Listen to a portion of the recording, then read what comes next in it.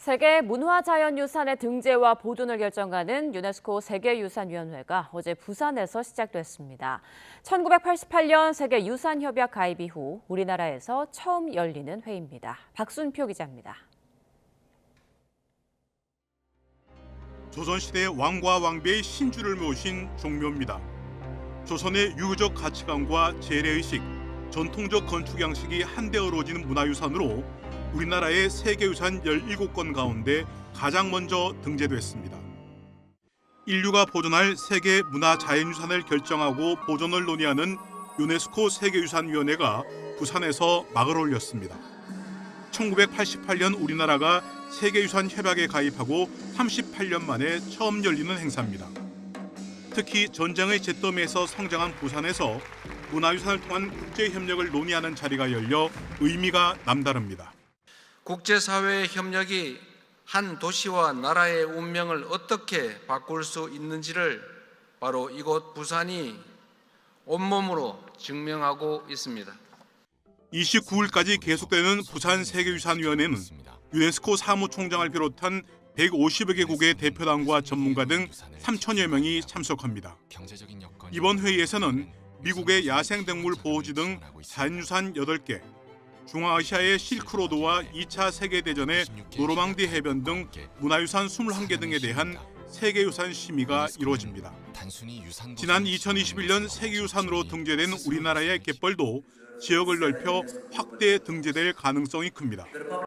The World Heritage Committee will give life to the convention over the next 10 days by considering new nominations, by examining the state of conservation, and by addressing growing challenges such as climate change, urbanization, and conflicts. 세계유산위원회에 맞춰 다양한 공연과 강연, 볼거리 등이 준비됩니다. 행사장인 부산 백스코 주변에서 무용유산 축제와 전통 공연, 영화제 등이 펼쳐지고 축구장 2개 규모의 대한민국관에 이어 우리나라의 세계유산을 둘러보는 프로그램도 마련됐습니다. YTN 박순표입니다. 부산에서 개막한 세계유산위원회에선 전쟁이나 무분별한 개발 등으로 위험에 처한 세계유산도 심의해 등재할 예정입니다.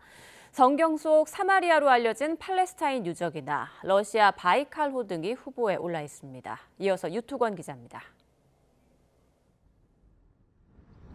2달 전 레바논 남부로 진입한 이스라엘군이 헤즈볼라와 치열한 교전을 벌인 끝에 장악한 보포르성입니다. 과거 십자군의 요새였던 유서 깊은 곳이지만 전투의 요충지로 활용되고 있습니다. 이스라엘의 집중 폭격을 받은 남부도시 티레엔 목욕탕과 개선문 등 로마 시대 유적들이 남아 있습니다. 성경 속 사마리아로 추정되는 요르단강 서안의 세바스티아도 위태로운 상황입니다. 최근 유대인 정착촌 당국이 일방적으로 유적지 전체를 몰수하면서 갈등이 커졌습니다. اليوم صار يجوا بدون حراسة. أول امبارح أجوا تقريبا ال100 جندي عملوا تخرج للضباط في منطقة المدرج. 이스라엘은 지난 2017년 유네스코를 탈퇴했지만 세계유산위원회 회원국 자격은 유지하고 있습니다. 러시아가 강제로 병합한 크림반도의 고대 그리스 정착지도 무분별한 개발로 위협받고 있습니다.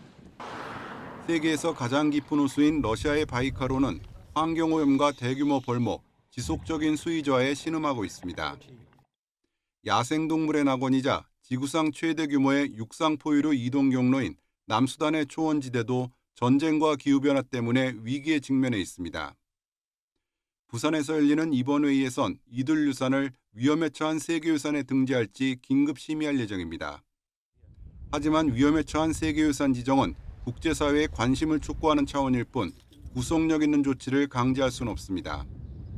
오히려 지금 이 시각에도 세계 곳곳에선 수많은 인류의 공동유산이 돌이킬 수 없는 훼손에 시달리고 있습니다.